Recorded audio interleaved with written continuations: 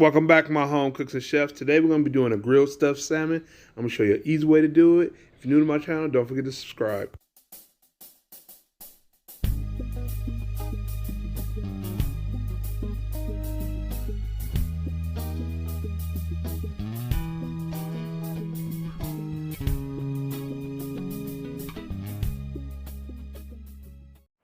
Okay, let's get started. So we're going to have about a 2 pound of salmon, some white onions, some mushrooms, cream of spinach, and some cheese. That's all you need in this stuff.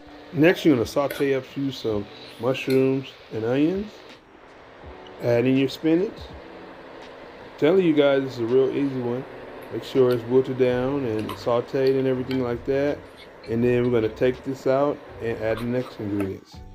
So add your cheese in, just fold it in with the mushrooms and everything like that to get ready to stuff the salmon. So make sure you incorporate everything in.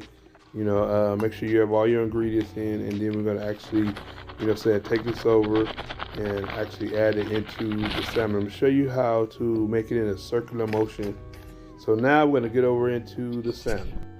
So, split your salmon down the middle. This is how you stretch it a long way. And this is how you can add the filling in. So add the filling in the middle, stuff like that. And I'm gonna show you how you're gonna tie it up so when you do heat this up in the oven, cook it in the oven, that it'll hold together. We're gonna tie it up with some string. So let me get over to filling up the other one, and then I'm gonna show you what I did. So we see here, I tied it up, with a truss string and stuff like that to hold it together so it won't fall apart.